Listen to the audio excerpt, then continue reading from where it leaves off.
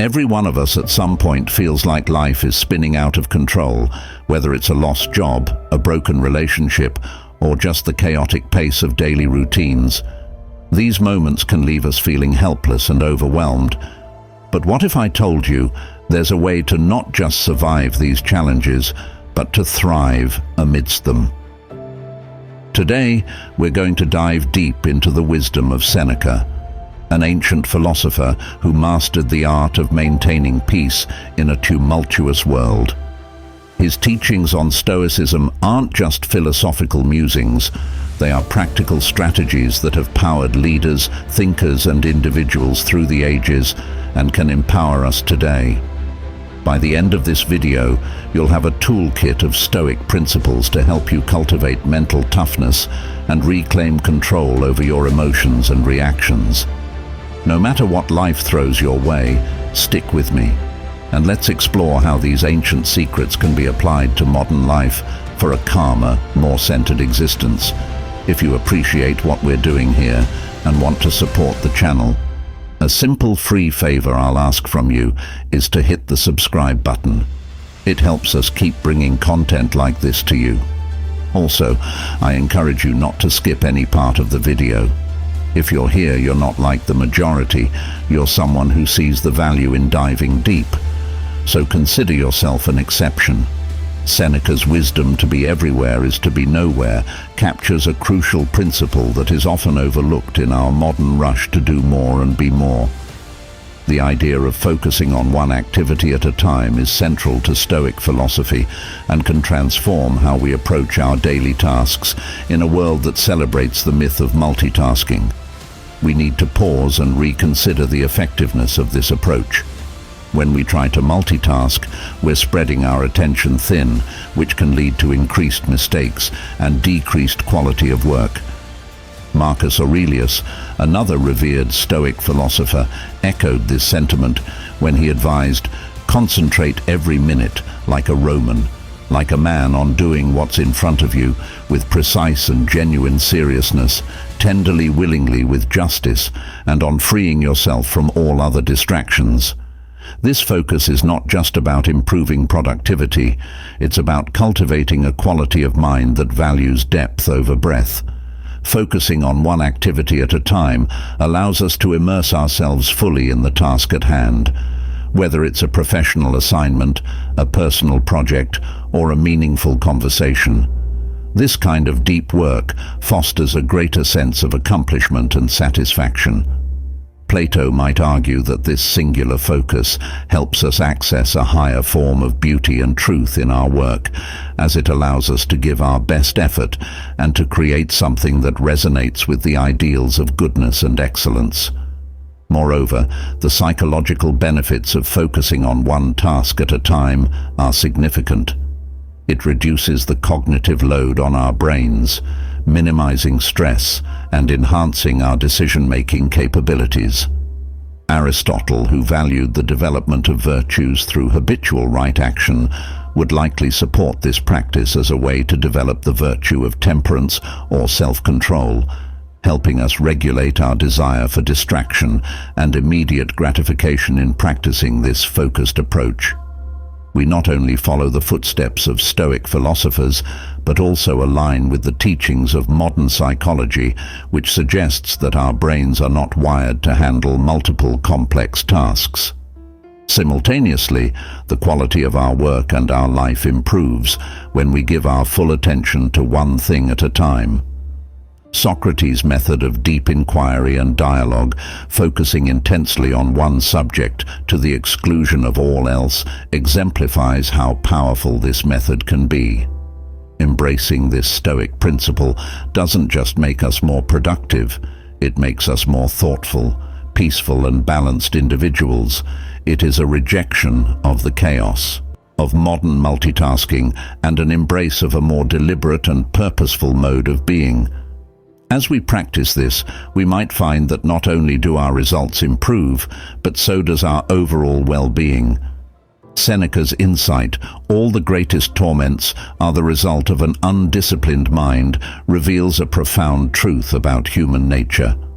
Our unchecked impulses can be the source of immense emotional turmoil and suffering. Stoicism, which emphasizes the importance of self-control and rational thinking, provides us with a framework to address this challenge rather than suppressing our emotions, which is neither healthy nor sustainable.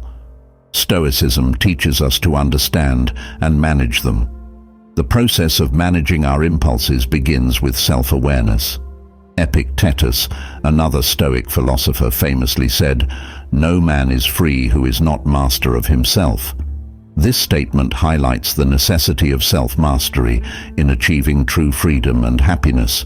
By becoming more aware of our impulses and the triggers that set them off, we are better equipped to handle them rationally. This doesn't mean denying our feelings, but understanding them deeply enough that we can respond in ways that align with our long-term goals and values. In the realm of philosophy, Aristotle also spoke about the importance of moderating our impulses through the development of virtues. He believed that virtue lies in finding the balance between excess and deficiency, a concept known as the golden mean. For instance, courage is the mean between recklessness and cowardice.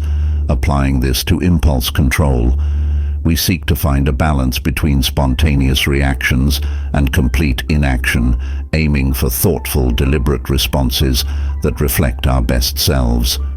Moreover, practicing philosophy as a guide to controlling our impulses involves cultivating rational thought as a habit.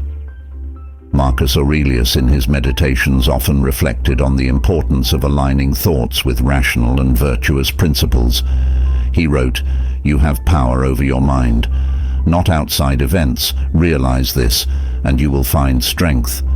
This perspective encourages us to focus on our internal responses rather than external provocations, thereby gaining greater control over our impulses. By critically examining our impulses with the aid of philosophical wisdom, we can begin to make choices that are not dictated by fleeting emotions, but are the result of careful thought and reflection.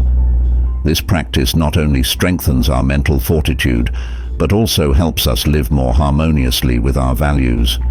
It leads to a life where decisions are made not in the heat of the moment, but with a clear, composed mind. The Stoic approach to impulse control is about cultivating an inner dialogue that constantly questions and assesses our instinctive reactions. It is about making philosophy not just a subject we study, but a way we live our lives, allowing us to rise above immediate gratifications and achieve a deeper sense of satisfaction and purpose. This disciplined approach to managing impulses is not just about avoiding emotional pain, it's about forging a path to a more thoughtful, fulfilling life. Seneca, which is all about being prepared, famously said, "Rehearse them in your mind. Exile, torture, war, shipwreck. All the terms of our human lot should be before our eyes." This advice might sound a bit dramatic at first. After all, not all of us are navigating the high seas or entering battle. But what Seneca is getting at here is the concept of mental preparation for life's inevitable challenges, a cornerstone of Stoic resilience. Stoicism teaches us to anticipate and mentally rehearse for the worst, not to fill us with dread, but to diminish the shock and pain when difficulties do occur. This practice is known as premeditatio malorum, or the premeditation of evils. It's about visualizing the most challenging scenarios, not to worry obsessively, but to be emotionally and mentally equipped when life throws its curveballs. Think about it this way: athletes practice under tough conditions to prepare for the strain of actual competition. Similarly, by mentally rehearsing challenging situations, we train our minds to handle stress and adversity with less panic and more poise. This Stoic practice helps us appreciate our current state when we realize how much worse things could be. Our everyday problems seem less overwhelming. Applying this Stoicism doesn't mean living in constant anxiety about what could go wrong. Rather, it's about having a realistic acknowledgement of potential negative outcomes. For example, if you're worried about job security instead of spiraling into fear, you could start preparing by updating your resume, enhancing your skills, or even exploring alternate career paths. This way, if the worst were to happen, you're not caught off guard and are better positioned to handle the situation. Moreover, this principle extends beyond personal crises. It's about maintaining a level of readiness for any significant changes in our lives, from financial instability to personal loss.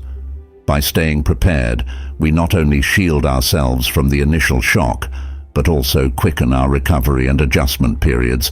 We become less reactive and more responsive, a subtle but powerful shift in handling life's uncertainties. Seneca's counsel helps us forge a mindset where we're not overwhelmed by adversity, but are fortified against it. This mental readiness is not about expecting the worst, but about being prepared to deal with any situation, thereby enhancing our resilience and overall mental toughness. Through this Stoic lens, we see not just the potential for loss or hardship, but also the opportunity for growth and renewal in every challenge. Another profound insight from Seneca: difficulties strengthen the mind, as labor does the body.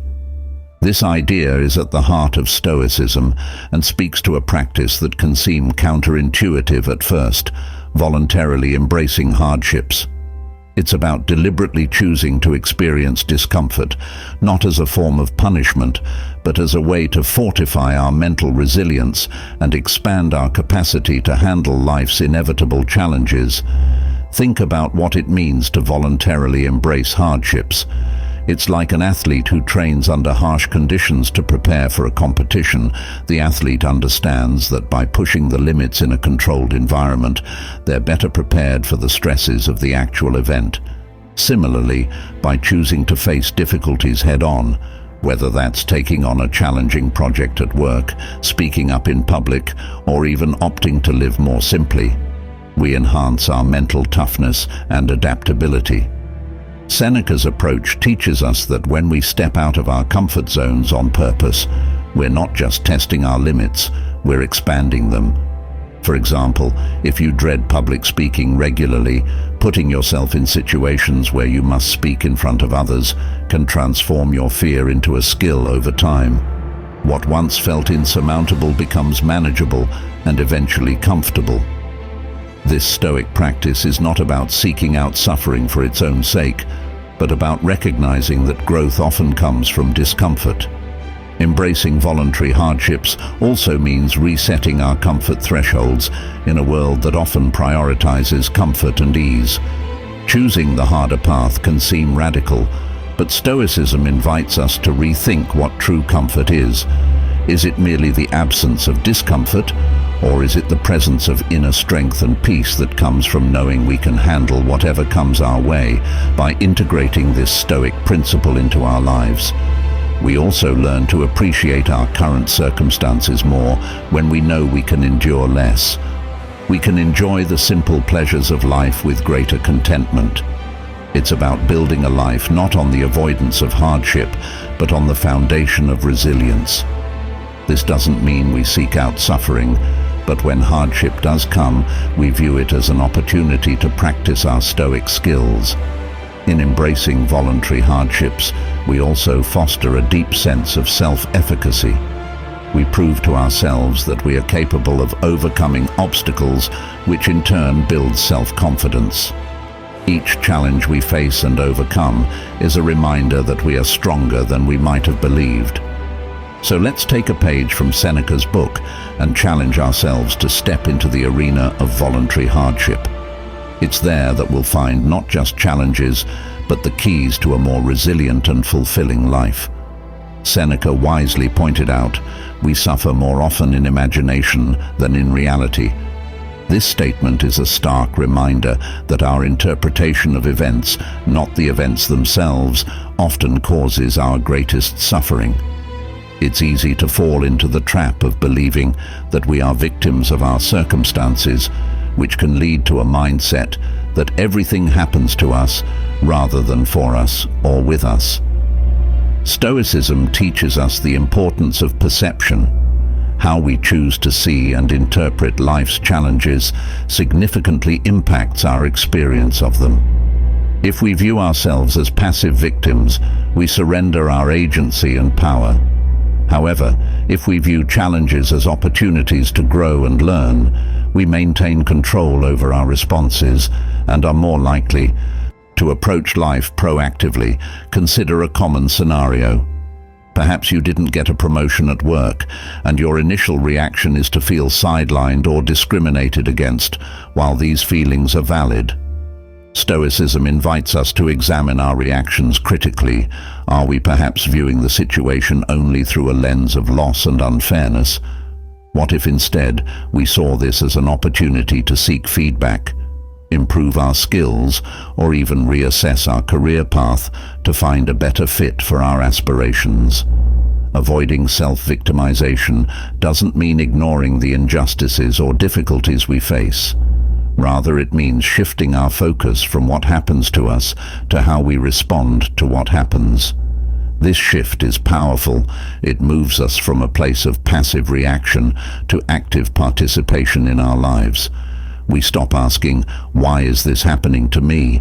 and start asking, "What can I learn from this? How can I grow from this situation?"